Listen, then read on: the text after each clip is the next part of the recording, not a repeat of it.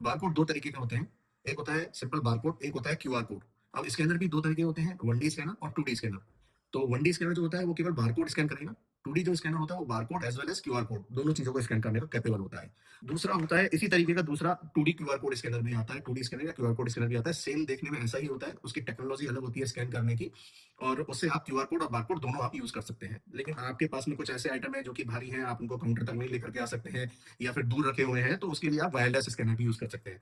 तो wireless scanner में भी दो तरह के आते हैं, एक वायरलेस एक ब्लूटूथ। तो जिसमें ब्लूटूथ कनेक्टिविटी होती है उसको आप ब्लूटूथ के थ्रू भी सिस्टम से अपने लैपटॉप से अपने टैब से कनेक्ट कर सकते हैं, लेकिन जो केवल वायरलेस होता है उसको आप एक छोटे से डोंगल के थ्रू आप अपने सिस्टम से कनेक्ट करेंगे और वो यूज में आएगा। तो ये वायरलेस में भी दोनों तरह के आते हैं, क्यूआर कोड वाले भी और बार कोड वाले भी। लेकिन अभी किसी का मार्ट है, रिटेल बिलिंग है, फास्ट बिलिंग है, वहां पे इन दोनों की बजाय हम जो देना प्रेफर करते हैं वो प्रेफर करते हैं ये टेबल टॉप स्कैनर। ये आपके सिस्टम से जुड़ा रहता है वाया यूएसबी, लेकिन इसके आगे आप प्रोडक्ट ले जाएंगे और वो फास्ट बिलिंग करेगा। प्रोडक्ट लेंगे स्कैन करेगा, प्रोडक्ट लेंगे स्कैन करेगा, आपको एम करने की जरूरत नहीं है, आपको बारकोड सर्च करने की जरूरत नहीं है, इससे फास्ट बिलिंग होगी। और एक होता है आपका जहाँ पे वेयर हाउसिंग है या आपके यूजेस ज्यादा है और आपको वायरलेस बारकोड स्कैनर यूज करना है, लेकिन आपको उसको चार्ज करने की बड़ी परेशानी रहती है, उसको रखने की बड़ी परेशानी रहती है, तो क्रेडल के साथ में बारकोड स्कैनर आता है। ये क्रेडल एज ए रिसीवर भी काम करता है और एज ए आपके चार्जर भी काम करता है।